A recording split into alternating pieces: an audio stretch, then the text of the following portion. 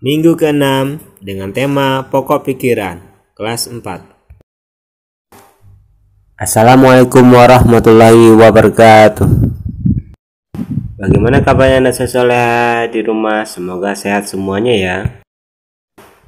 Sebelum kita mulai pelajaran hari ini, kita mulai dengan membaca basmalah dan dilanjutkan membaca doa. Ustadz akan jelaskan tentang pokok pikiran. Pokok pikiran adalah inti atau isi dari suatu bacaan.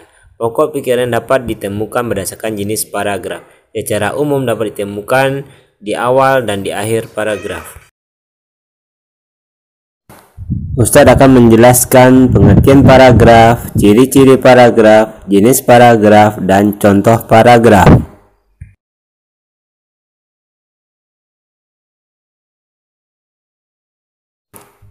Pengertian paragraf menurut Kamus Bahasa Indonesia.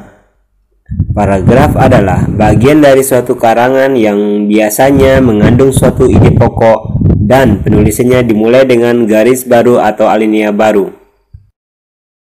Ciri-ciri paragraf. 1. Kalimat pertama letaknya agak ke dalam dan kurung menjorok ke dalam sejauh 5 ketukan spasi untuk jenis karangan biasa. 2. Biasanya setiap paragraf mengandung satu ide pokok atau satu pikiran utama. 3. Paragraf memakai sebuah kalimat topik dan juga selebihnya merupakan kalimat pengembang yang mempunyai fungsi menjelaskan, menguraikan ataupun menerangkan pikiran utama yang terdapat dalam kalimat topik. 4. Paragraf memakai pikiran penjelas yang dinyatakan dalam kalimat penjelas. Jenis paragraf berdasarkan kalimat utama. Jenis paragraf berdasarkan letak kalimat utamanya. 1. Paragraf deduktif, paragraf ineratif, paragraf induktif, dan paragraf campuran.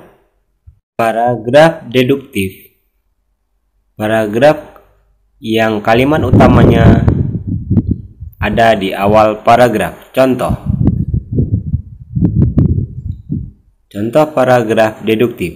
Cicak mempunyai pelindungan diri yang unik. Ia mampu mengelabui musuhnya dengan memutuskan ekornya. Kemampuan ini disebut autotomi. Memangsa akan dikelabui sehingga cicak leluasa melarikan diri. Jadi, kalimat utama terdapat di awal paragraf.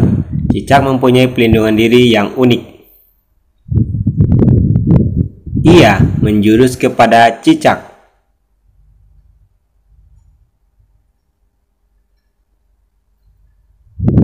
Ia menjurus kepada cicak. Nya menjurus kepada cicak. Nya, ekornya menjurus kepada cicak. Autotomi menjurus kepada cicak. Pelindungan diri dari cicak.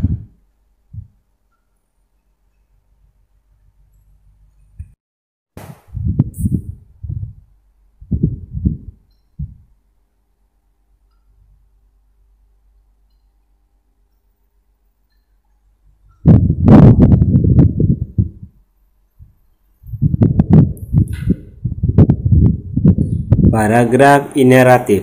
Paragraf yang kalimat utamanya di tengah paragraf. Contohnya, udara di tempat ini sangat segar. Pemandangan hijau terhampar luas. Kebun teh kemuning memang sangat menarik hati. Di sana sangat pas jika dijadikan latar untuk berfoto. Banyak juga objek wisata di sekitar tempat itu. Jadi, kalimat utama terdapat di tengah. Kebun teh kemuning memang sangat menarik hati. Jadi, kebun teh kemuning memang sangat menarik hati.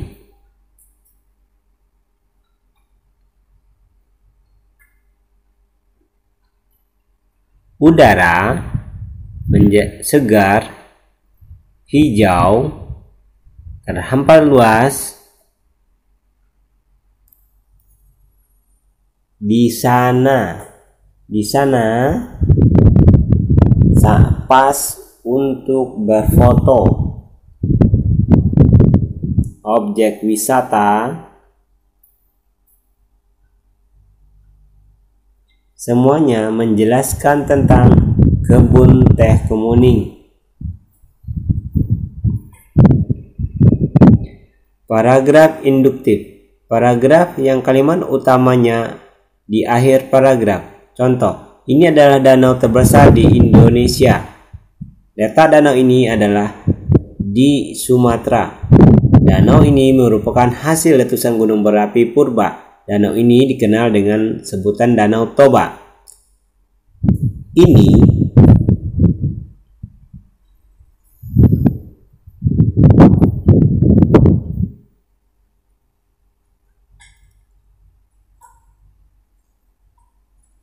Ini menjelaskan atau menjurus kepada Danau Toba. Ini menjelaskan Danau Toba. Ini ada di Sumatera. Ini juga danau terbesar di Indonesia. Menjelaskan Danau Toba. Ini merupakan hasil letusan gunung berapi purba. Jadi menjurus ini semua menjurus kepada danau ini dikenal dengan danau sebutan Danau Toba. Jadi kata ini menjurus kepada Danau Toba.